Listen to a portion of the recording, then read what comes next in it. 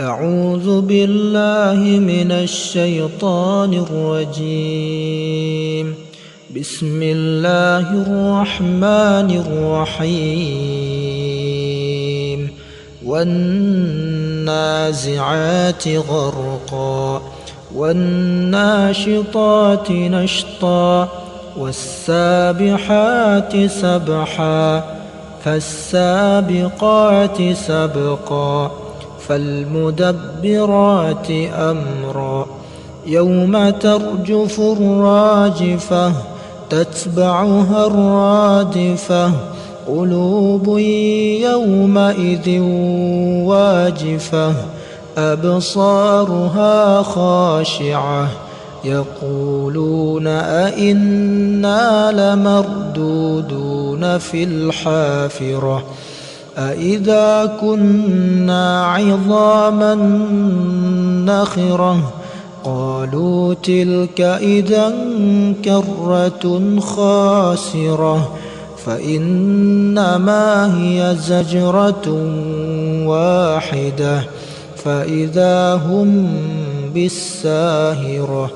هل أتاك حديث موسى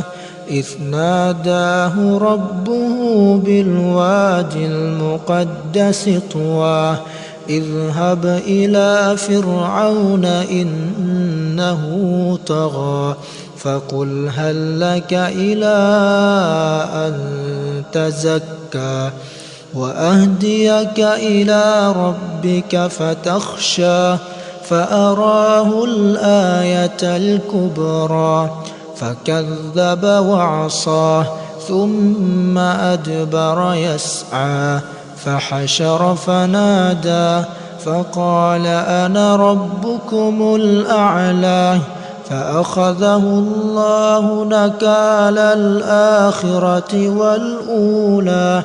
إن في ذلك لعبرة لمن يخشى أأنتم أشد خلقا أم السماء بناها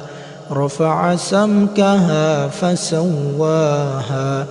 وأغطش ليلها وأخرج ضحاها والأرض بعد ذلك دحاها أخرج منها ماءها ومرعاها والجبال أرساها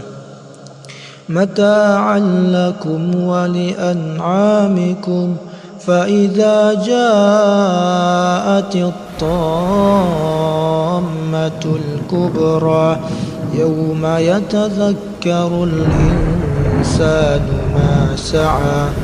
وبرزت الجحيم لمن يرى فأما من